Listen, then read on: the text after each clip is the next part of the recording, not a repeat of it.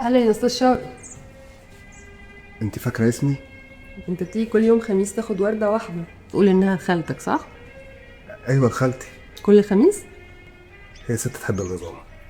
وكل مره ورده حمراء؟ هو بس ضغطها بيعلى بجبر له الاحمر ده عشان يفرحها.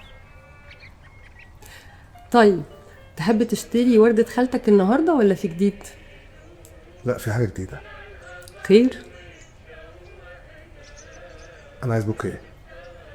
حلو. يا ترى ايه المناسبه؟ هي مش مناسبه قوي يعني، بس هي احتمال تبقى مناسبه.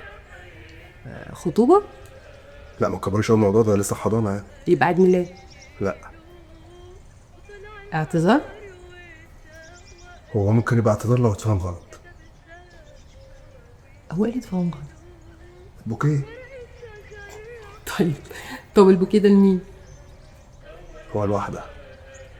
ده في تفاصيل وكده. بص، انا ما بحبش احكي تفاصيل عشان ما احسدش نفسي. انا جاي في موضوع رسمي. ربنا يستر. خير. انا مش بتاع ضد. لا، ما هو واضح. انا بتاع زرع. ده جاي. لا، دي حاجه حلو. جايبها من عندنا من البلد، من ورا البيت.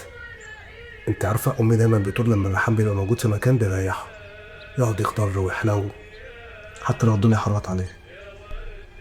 ده لقيت بالي بيحامي يا شوقي. لا، انا معجب بيكي. وده من امتى بقى؟ من اول مره دخلت عليك المكان، لما سالتني عايز ورده بيضاء ولا حمراء. قعدت طول الليل سهران واقول هو الواحد يختار لون ايه. طبعا دي كانت اول مره تدخل محل ورد، صح؟ احنا عندنا في البلد الورد بيطلع لوحده، مش يقعد هنا بقى يتلف في ورق ويتفحصوا فيه. انا قلت يعني اجيب لك ده بدل ما اجيب لك ورده وتدبل بعد يومين، دي تعيش معاك العمر كله. وانت بقى متخيل ان الحركه دي بقى رومانسيه وكده؟ هي حركه عمليه، والرومانسيه تبقى تيجي لما تبقى ليها.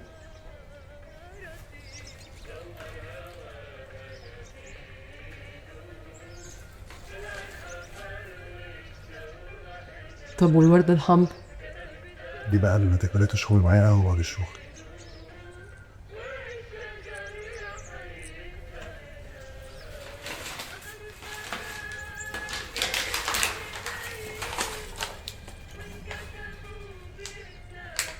دي بقى مش للبيت.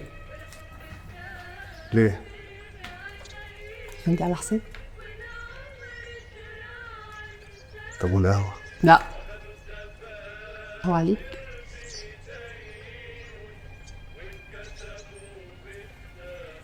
اوعي تنسي تسيح.